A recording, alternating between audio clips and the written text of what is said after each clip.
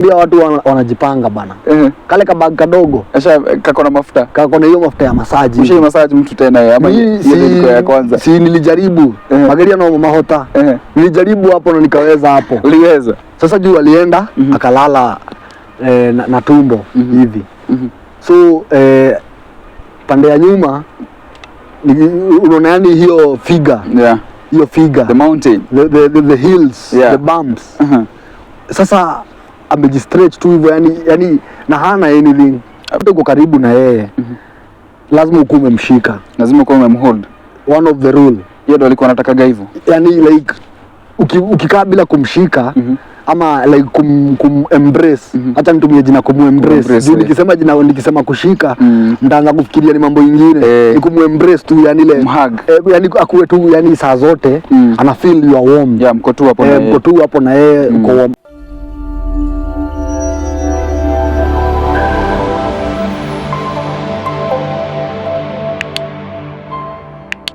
Good morning guys, good afternoon and good evening according to where you're watching this video from. My name is Mohewa Maingi. I'm coming live from Roiro Rainbow Resort. In case you have a wedding, you have a special event, this is the place and their number is in the screen.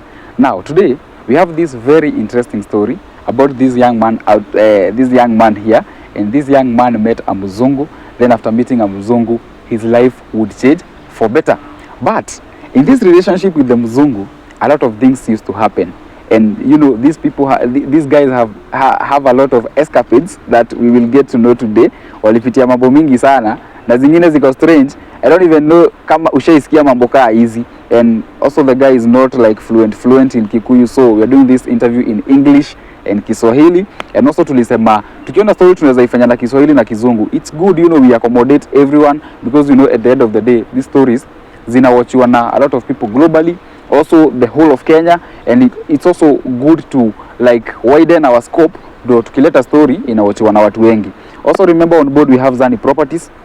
It's a property company. They have plots in Malindi, they have plots in Matu, and Malindi is just going for 100,000. Matu is going for 100,000. With just a deposit of 20%, you get to own a plot, and their number is here in the screen. Now, let me introduce our guest today. Atusalimie, and nasikia kama mood yangu iko chini kidogo, tutaenda tukipanda. So, hi bro. Yes sir, how are you doing? Ukoaje? Salama sana, nashukuru. Alhamdulillah. How is Kirinyaga? Kirinyaga kwema kuzuri. Just a lot of heat. Masunburn kila mahali. But we thank God it's a good weather anyway to travel. Sure. And to make sure that we've come to this place. Yeah. Safe and sound. Mimi najua ukisikia mkiona hii jua mnasikia tu kupeleka watu uko coast wa Kabarizi. Well, actually saizi season iko juu saizi, coast tuko peak season, wazungu kwa wingi, beaches zinapendeza sana, then not very crowded.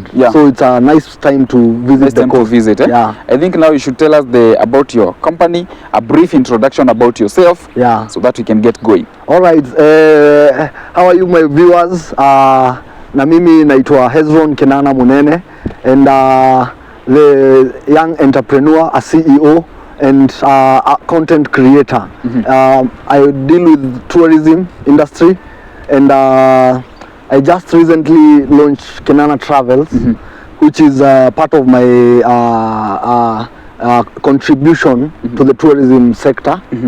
So Kenana Travels basically is a domestic tour company. We deal with local charters to Malindi, to Zanzibar, to Masai Mara, and all over the country.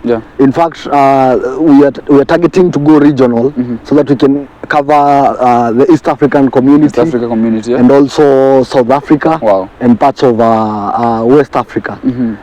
Wow, now that is about the company. Now let's get to have a small background of yourself, where you come from, ulisomea wapi. So Kenana Munene is just a guy local from Mushadha, yani Kirinyaga ni Geshagi. We call it countryside, right? Countryside, huko ni Geshagi, and grew up as just a normal local village boy, a normal village boy. Pale kwa village, unajua zile kazi za kuchuna kahawa, pale kwa majani chai pale sometimes. Haya magidha ingine unapata ndizi pale, upepo imekuja ile imeangusha ngoma siaka. Ngoma siaka imekuja, mandizi zimeanguka pande ile, so you just have to go you harvest them ikiwa bado hazija komaa vizuri, and you call that a meal for a day.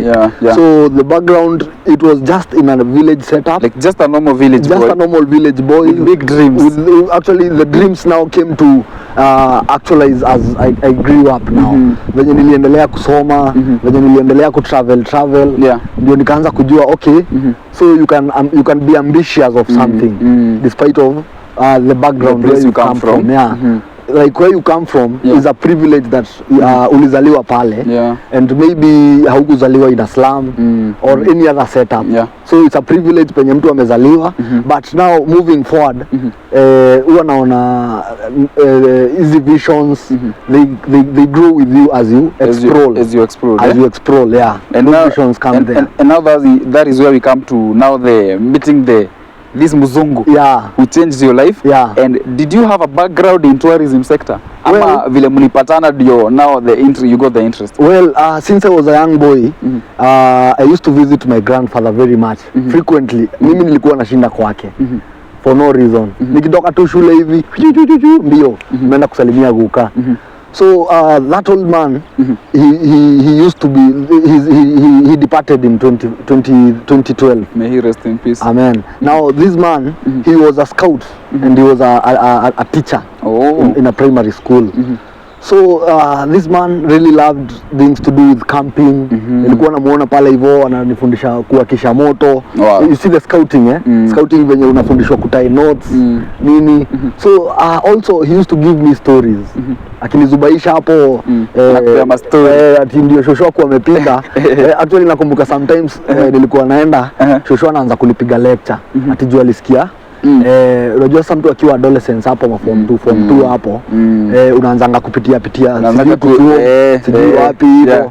So I remember one day niko huko shosho anaanza kuni lecture ati nilionekana mahali kona mbaya by one of my aunties.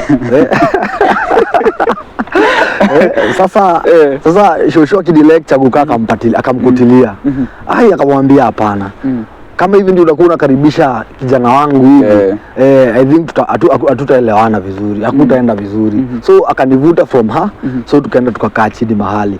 So alikuwa ananielezea how they used to interduel or coexist na wildlife. Like back then in the pre-colonial period, area zetu huko Kirinyaga, slopes za Mount Kenya huko, it was all bushy. So ulikuwa unapata leopards ziko within, ukipiga round hivyo kidogo unakutana na Mr. Hyena within, unakutana na elephant, unakutana na hizi zinaitwa giraffes, ukipiga round nyingine hivyo baboon ndio huyu, monkeys. So they used to coexist. So akinipatia hizo stories I grew a passion from those stories. Nikataka kuidentify sasa, na by the way hizi story nilikuwa naambiwa how comes now in the news kila mahali tunasikia it's about human wildlife conflict, sijui watu wamekulwa na fisi sijui wapi, Ruiru ilikuwa Ruiru ama ilikuwa Weteithi hapa Theka watu wa Theka msalimike pale Masinga Institute msalimike sana watu wa Theka.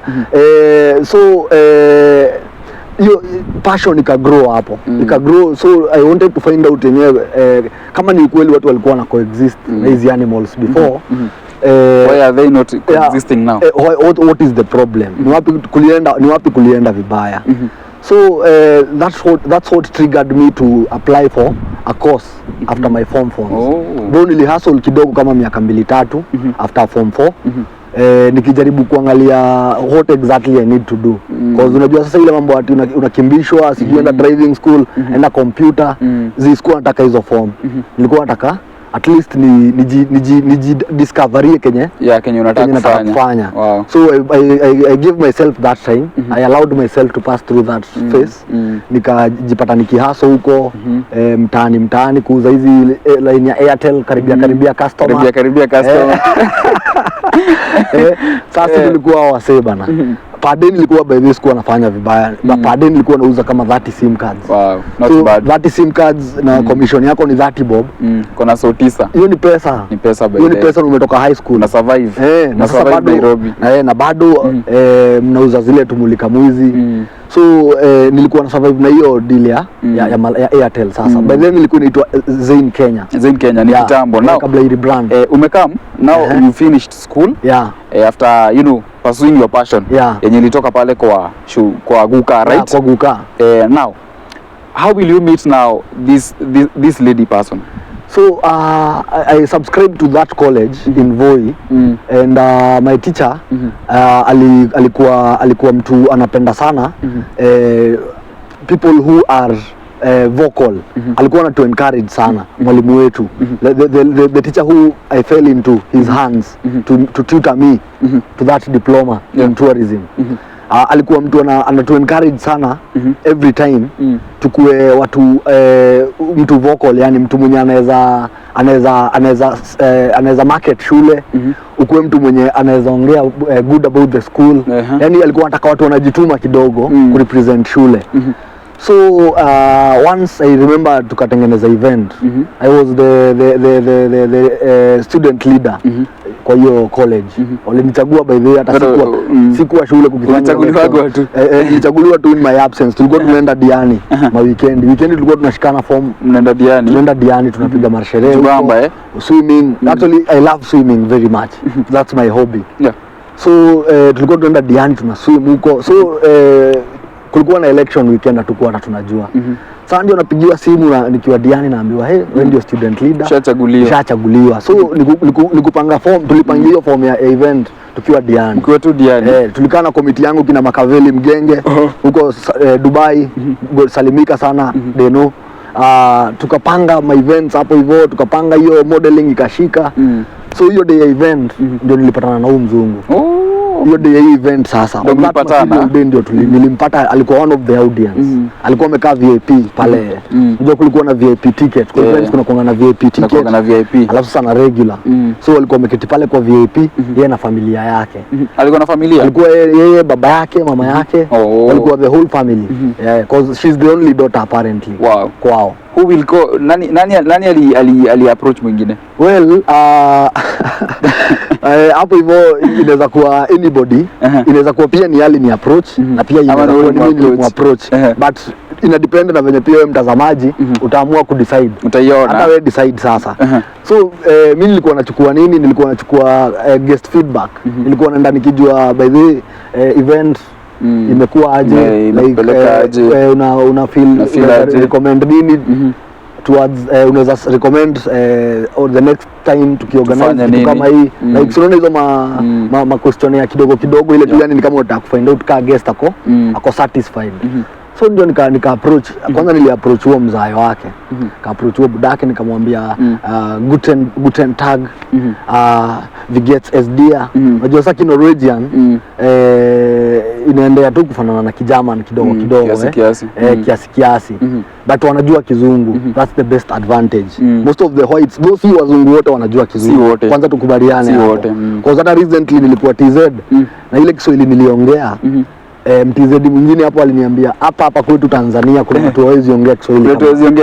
Kama wewe. So hapo ndio nilijua ala kumbe hata majuu the same.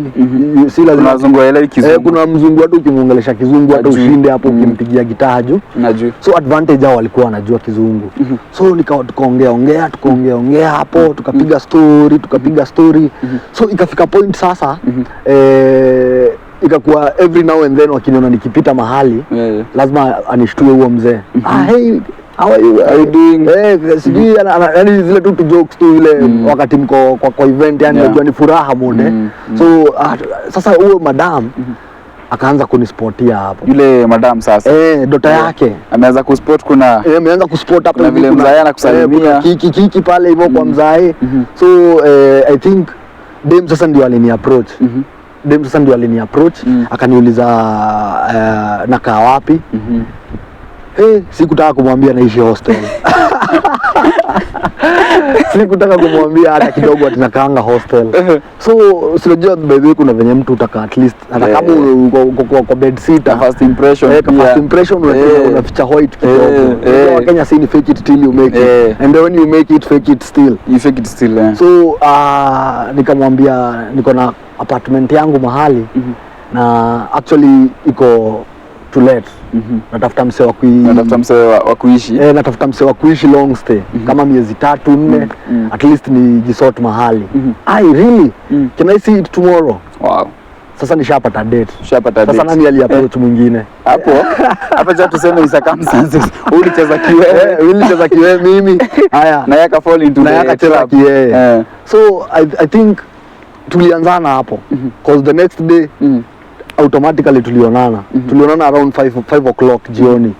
Because pia sikutaka tu siku mchana nilikuwa na classes, alafu pia yeye kuna shughuli zake na shughuli anapiga. So nilimwambia maybe we meet at 5. Si ati atunge meet saa 8, lakini hivyo kuna jua mtu wangu anajua. So ile tu kumetulia nikamwambia akam 5. So hiyo 5 kuna best yangu alikuwa na keja ukweli. Keja 250 hizi keja za gava za zamani. I think zamani bado kulikuwa na affordable housing. Sasa ukaomba keja? Sikuomba.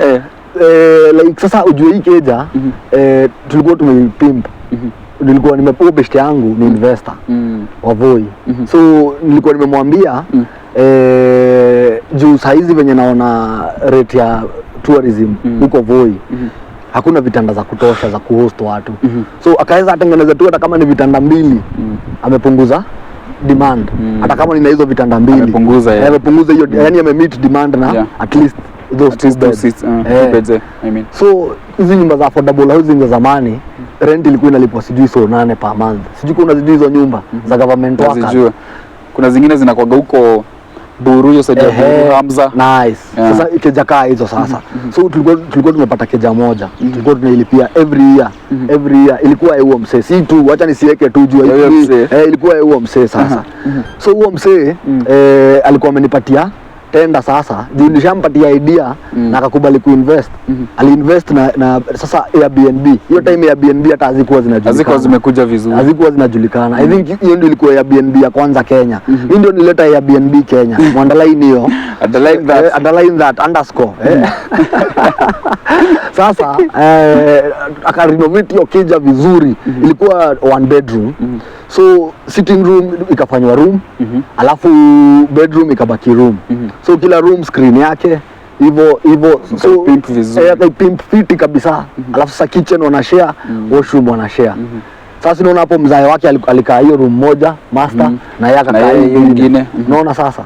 So investor alikuwa already amenipatia kazi ya kufanya nini? Ya kutafuta mtu wa kufanya nini? Kutafuta mtu wa kukodisha hapo pesa yake kwanza kwanza alikuwa mtu wa siasa na ilikuwa inaelekea 2013. So ni kitambo hivyo. Sina kwambia Airbnb hazikuwa mahali. 2013 ilikuwa hata unajua kuna kitu kama Airbnb kweli. So hata internet yenyewe iko hata internet ipo imeingia vizuri. So Airbnb ni mimi nilileta. Hakukuwa hata na check in kwa hiyo room. Ilikuwa ni ukipiga tu simu, haya I want to check in, unaambiwa haya funguo iko mahali fulani. Access. Hakukuwa hata na any physical contact.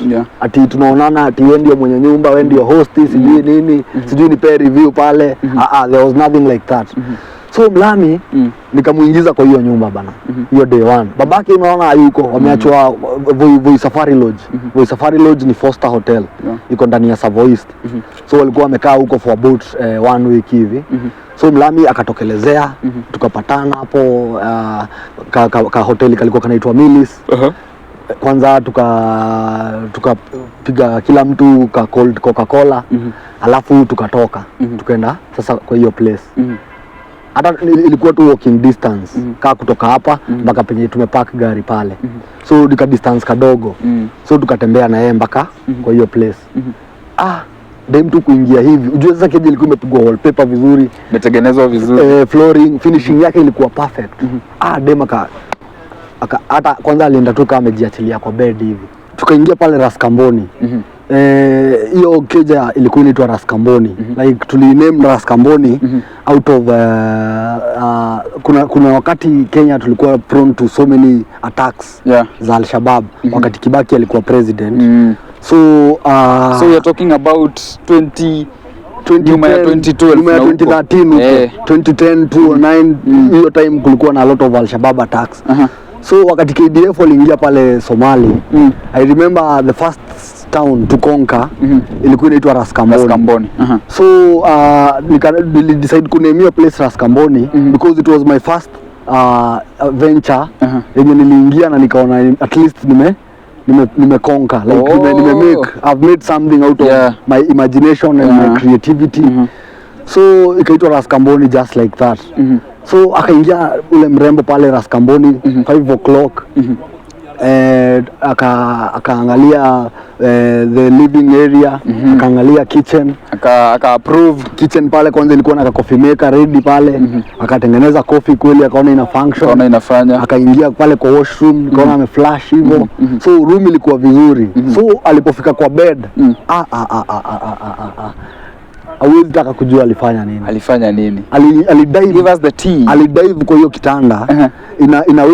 Ina maana likely to suggest hapo sasa hataki kuamka, labda aitiwe inaitwa nini, bulldozer, basi excavator hiyo ya kumuinua. Lazima aletewe kichimbi ya kumchimba atoke pale. Lakini hata hiyo si ilini amaze sana. Kenye ilifanya nipigwe na butoa ama nizubae for some minutes. Yani my heart skip a beat kiasi. Ni unajua sasa wazungu hawavai kama sisi ati manguo ndefu sijui amejifunika kila kona. Alafu sasa alikuwa amevaa something very short. Sasa venye alidive hivyo, unajua sasa amedive na unaangalia hizo miguu ziko exposed yani. Alafu sasa ni mweupe, si ndio nakwambia hapo kwa uweupe sasa. Yani changanya kiero bonge la paja gira kaleta kuthakara kwa gira lilo wale pork kanyama ka nguru ukirengero haria buceri ikero kiu kiahana goguo ukiuga negera haria ndiria haria hau uguo riu nikio gikiro hau uguo. So akakaa hapo, kumbe hata alikuwa anajaribu kusikizia kama mattress. Nilikuwa naona akifanya tu movements hivi. Sasa na sisi juu mtu anafikirianga venye anataka, mimi nikafikiria vingine. Kumbe yeye ni mattress anafanya nini? Anajaribu. Watu unafikiria. Mimi nafikiria ni mambo mengine na mambo zako. Nafikiria labda amepata alikuwa mshirika wa Pastor Johana. Nilifikiria labda alikuwa ametembelea Johana na kuna hizo vitu mapepo zenye zilikuwa zinatolewa na Johana. Nilifikiria labda ni hizo ziko na kumbe hapana, ni kama mattress anasikizia kama kako sawa. So akaenda akapeana the good news kwa babake na wakakuja wakacheck in in fact the same same night. Hawakungoja hadi kesho, wali check in the same night. Tukaendea vitu zao alafu tukawaleta huko. Time yote anatingishia kama mattress au ushikwi na temptation. Temptation utashikwa nayo but bado kuna ile part ya bado pesa haije ingia kwa mfuko. Sasa shetani ni mbaya. Sasa kwanza ulikuwa kazi. Ukijua kwanza besha bere so lazima ukemee shetani. Ukiona mahali unaona kama temptation unamkemea. Unasema wewe unataka kuingilia mimi na pesa yangu, you want to come between me and my profit. Please. This is not your portion. Hapa si kwako. Kazi kwanza. Makao yangu kwa saa hizi nimeweka biashara mbele. So hiyo ndio nilikuwa najua lazima itoke. So kenye haja yangu kubwa ilikuwa to make sure hizo vitu zimetoka Voi Wildlife, zimekuja vitu zao ma suitcase nini, pia babake na mama yake. So tukaendea vitu tukakuja, aka check in, akalipa upfront 6 months. 6 months ujue hiyo keja 2k per day. Hiyo ni kitu 2k per day. Hapo ni 60 by 6 360. That's good money. pap kwa mpigo hivyo. So kama ningeshikwa na temptation labda ningemisio do. Na ungemisio. Labda ningemisio do kwa sababu at the end of the day unaweza enda pale Wajerumani wanasemanga machine kaput. Unajua saa zingine machine kaput inamaanisha uende pale ujaribu kabisa. Unajua sasa lazima pia marination kidogo. Huwezi enda tu like mtazamaji anaelewa. Hata kwenda the best meal mtu anaanzanga na starter hivyo, alafu unaenda main course pole, alafu sasa ndio unapiga dessert. So hiyo day yenyewe sikuwa ready for anything, an encounter kama hiyo. Like hakuna anything yenye ilikuwa ina trigger ati tunaweza jipata in such a situation. Unaona sasa. So ude makaingia wakakaa, babake akatuacha. Si kutuacha ati kudedi, akarudi Norway. Alikuwa ni pilot ama captain. So akarudi job zake, mimi nikaachwa na dem huku namfanyisha errands zake town. Tunaenda soko pamoja. Babake wazazi wamerudi Norway. Mimi nimebaki na yeye. Lakini wewe na dem. Ni mimi na dem sasa. Mimi na yeye na mimi. Sawa. Kichizi. Daily, usiku, mchana, mko pamoja. Jioni, anytime mimi ndio kampani yake. Hajui msee mwingine huko. Ako na watu wenye anaendanga okay, alikuwa amekuja kuvolunteer. So unajua anakujanga exchange programs. Alikuwa amekuja exchange program.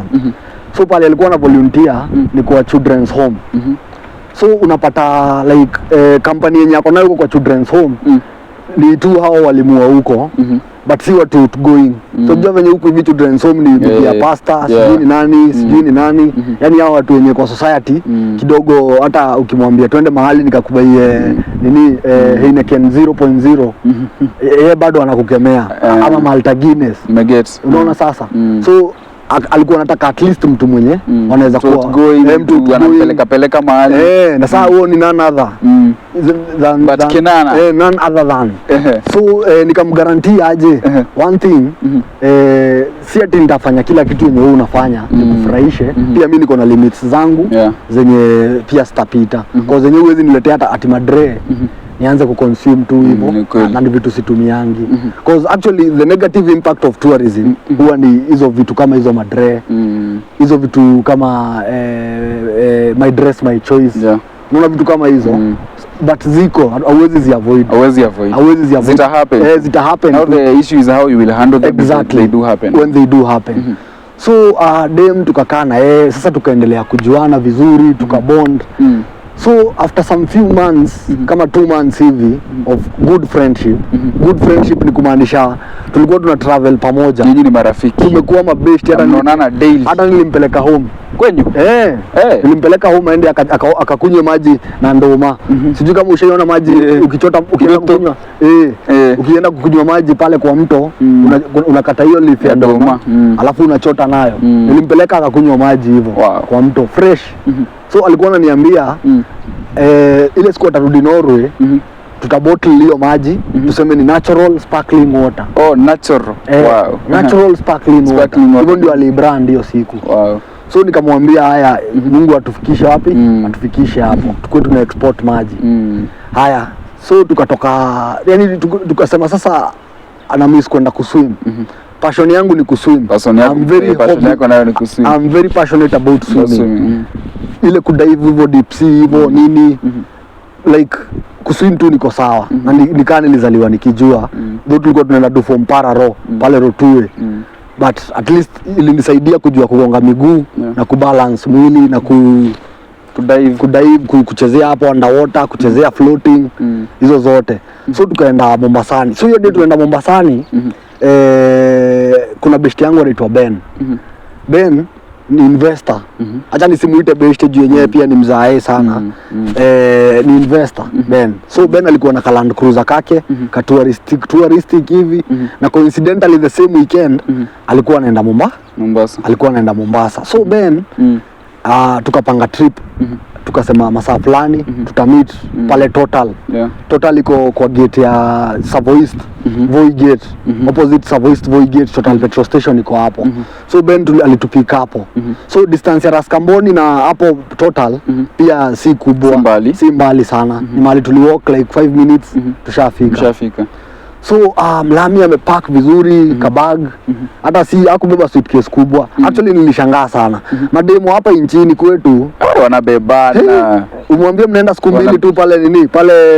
Pale inaitwa aje pale mnapenda kwenda. Sema hata si mbali, tuseme tunaenda hapa na nyuki. Hapa na nyuki. Atabeba bags kako. Ama hata kuna kabase fulani niliona wanafanya hii mambo ya ziplining na wild swim panaitwa Njinekavea hapa tu Kirinyaga. Njinekavea Falls. Ati uambie msupa unampeleka Njinekavea Falls. Abebanishe. Anabebana suitcase mzima. Anabebanisha suitcase mzima. Sijui ni nguo, sijui ya nini. I think ni photography walipenda. Wanapenda. Ni mapicha za Instagram. Sasa mlami hakuwa na actually hakuangi social media. Msijaribu hadi kuniuliza handle. Hakuangi social media. Hakuanga social media. Hata saa hizi alikuwa anakaa tu kigangster. Hakuangi social media. Huwezi mpata anywhere. Hana handle. Lakini email ako nayo na contact. So hakuangi social media. So udem alikuwa alibebatuka bag hivi. Unasikia tunaenda a whole week and even some extra days. Juu ilikuwa twende Mombasa, twende Diani, alafu tumalize hiyo trip pale kunaitwa Dar es Salaam. So hiyo itinerary ni mimi nilikuwa nimempangia.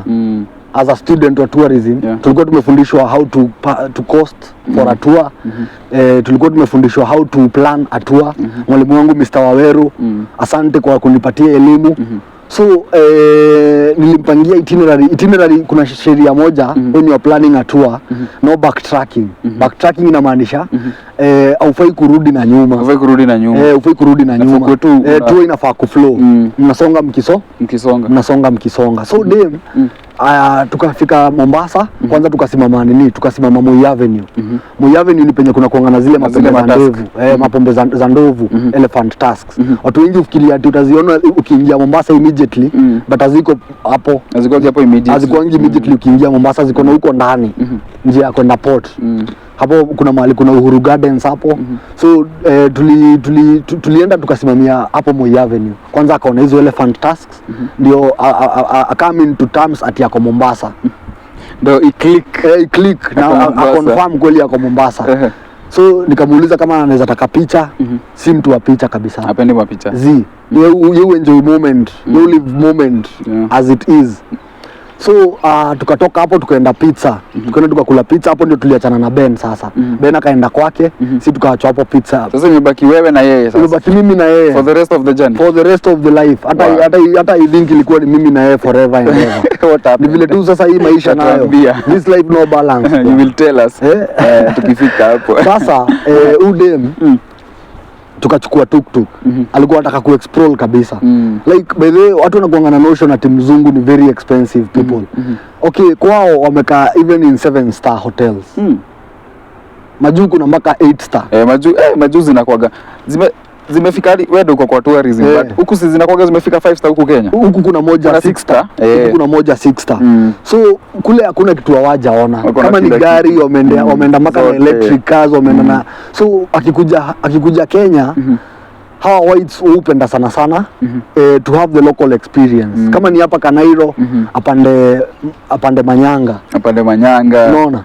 Haya akienda Mombasa, hiyo tuk-tuk ride. So tuk-tuk ride tukapanda mpaka Diani. So tukafika Diani na tuk-tuk ride. Pale ferry pale tukivuka ferry, tunashuka tunaangalia maji pale. Tukafika Diani vizuri, tukacheck in kwa hoteli. Hoteli tulikuwa ni cottage inaitwa Mango Park. So Mango Park caretaker back then alikuwa anaitwa Samuel Chege, the late, Mungu ilaze roho yake pema peponi. Amina. Alikuwa rafiki yangu sana Samuel Chege. So Chege alisakamna cancer. Alikuwa na ile inaitwa cervical cancer. Ni cervical cancer ama prostate cancer. Hiyo ndio inapatanga wanaume. Karibuni mimi si daktari bana. Biology niliachia form 2. So hizi maneno hizi terms siko fiti sana nazo. So at the end of the day tukalala. So before tulale dem alisema leo nataka kukupeleka treat. tukakule seafood. So hiyo time mimi hata sijui story ya Google Maps. Baadhi hata wetu online ulikuwa unajua kuna kitu kama Google Maps. Mimi kama Facebook nimejoin 2010. Facebook tulijoin huko 2010, 11, 12 hata hakukuwa na smartphone actually. So mimi Google Maps mimi sikuwa najua, lakini yeye alikuwa anajua. Alikuwa anajua Google Maps. Wow. So actually alitafuta tu place kuna seafood. Tukaenda. So tukaishia ikakuja kiplata hivi, seafood platter, iko na different types of fish ama seafood. Kuko na calamari hapo, kuko na prawns hapo, kuko na hii nyingine inaitwa shrimps, kuko na crabs, kuko na whole fish, yani kisamaki kimzima kikuangalia hivyo, na hakuna ugali. Ni hizo tu biting hizo sasa mkule. Lakini mimi sikuwa najua ati venye Kingfisher inaoperatingi kwa madem, pia kuna kuangana kitu kingine huyu inaoperate kwa majamaa. Na hiyo kitu ni seafood. Na ushapewa seafood hapa. Sasa seafood ndio hapa kwa meza. Though nilijua hiyo siku kwa sababu after kudishi tulienda out kiasi. Wakati tuna dance hivi, unajua kawaida ukidance na dem kuna venye lazima body contact, na body contact kidogo kiasi. Umsugue kiasi.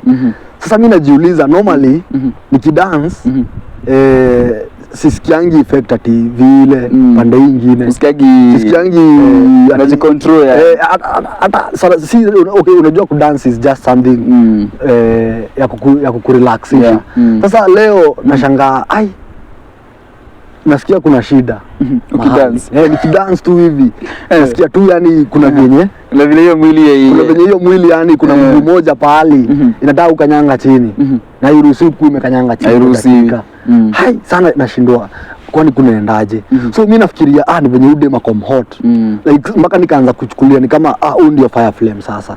Mimi nishapata sasa mwenye anafanya roho skip a bit. Kama tu kumuona siku moja na kudance na yeye kidogo tu hivi inafanya damu ichemke 180. Alhamdulillah, nishapata wa kwanza. You found the one. I found the one. Wow. She's the one bana. Tukamaliza partying around 2 am. Tukaenda tukarudi kwa cottage. Cottage ilikuwa drive kama ya 15 minutes. Chegi alikuwa na to drive tu. Chegi alikuwa na ndaye ya cottage. So Chegi akatu drive back. So si tumeketikitia nyuma huko, tunakam tu tukiembrace. So nililan udem saa zote uko karibu na yeye. Lazima ukuwe umemshika. Lazima ukuwe umemhold. One of the rule. Yeye ndo alikuwa anataka hivyo. Yani like ukikaa bila kumshika ama like embrace, hata nitumie jina embrace. Juu nikisema kushika mtaanza kufikiria ni mambo mengine. Ni embrace tu yani ile yani akuwe tu yani saa zote ana feel you are warm. Mko tu hapo na yeye uko warm yani. Unajua sasa pia kule kwao simblame juu kule kwao pia kuna kuanga na baridi. Kuna kuanga na baridi. So wakikuja hizi sides hiyo joto ndio everything. Joto ndio everything to them. So saa zote tuko hapo kwa alpha memhold tu hapo kiti ya nyuma hapo back seat. So najitayarisha for a very unique night cause anyway sijai kuwa na usiku nyingine kama hiyo. It was the first time kuspend nje ya hostel shule. Haya nje ya mahali ni nyumbani, spending in a hotel. Actually tulikuwa tunasomeshwa kwa college. Topic ya kwanza staying away from home. So sikuwa najua itakuja very soon ati ndastay one day before hata umalize nini before hata nimalize shule. So ilikuwa my very first time hata kwa hoteli. So then keja ni kubwa kabisa, iko na mpaka rooftop, iko na vitanda mingi. So yaka nionyesha this is your room. Na yaka akakuwa room yake ni room yake. So na hii sasa umechukua room different na umesema all the time alikuwa anataka ako unajua ni in public ni pale penye mnaonekana. Pale penye mnaonekana. Ukienda in private ataki. Ukienda in private sasa bado kuna venye okay si ati hiyo room umewekewa okay huyu si mtu anataka ukae ukimcuddle the whole night. As long as umetimiza kenye labda anahitaji. unaweza rudi kwa room yako. Unaweza rudi kwa room yako sasa. Ndio pia naye apate privacy. Wewe unataka privacy sana. Wewe upenda your own time. The own time, Anapenda sana own time yake. That's why room yako kwanza uko nayo. Na yeye ako na yake. So tukumeingia kwa room around 2 am.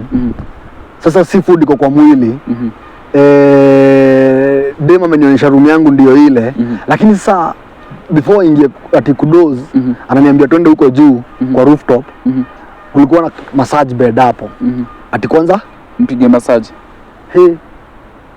Ushipigana massage. Who is massaging who? Mimi ndio massager. Wewe una massage? Mimi ndio massager. Anaitangwa massager. Masus. Hizo sasa mimi ndio masues. Mafuta ako nayo. Ashajibebea. Mimi nakwambia watu wanajipanga bana. Kale kabag kadogo. Kako na mafuta. Kako na hiyo mafuta ya massage. Ushai massage mtu tena ama hiyo ndio ya kwanza? Si nilijaribu. Magari yana mahota. Nilijaribu hapo na nikaweza hapo. Uliweza? Sasa juu alienda akalala na tumbo hivi. So pande ya nyuma unaona yani hiyo figure. Hiyo figure. The mountain. The hills, the bumps.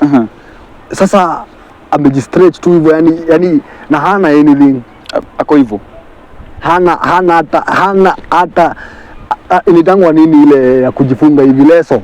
Hana hata leso. Kanga inaitwa kanga ile yenye inakuwa imeandikwa sijui huku sijui mtaka cha mvunguni shati iname. Na ukaamua kukua bishop nani? So mimi nikasema kama mtu ni kazi ameitiwa, mtu ni kufanya kazi. Unafanya. Na wakati unafanya kazi, Mungu bariki kazi ya mikono. So mimi nikaanza massage bwana. Hata nilimwanza na huku kwa mabega huku. Unajua hata kama hujui kitu, sometimes kuna unajaribu tu unajaribu venye unaonanga zikifanywa on TV. So nikamwanzia hapo kwa mabega hivi kidogo, nikamstretch hivi, shingo hivi, kakichwa, nikajaribu kumshikashika hivi. Sasa nikaanza kuteremka. Sasa leo unateremka, leo una feel hiyo body yake ina relax. Leo una feel sasa by the time unafika na huku basement kwa hills. Kabla ufike basement huku hata ngozi imebadilika kutoka white. Sasa imeanza kukua reddish.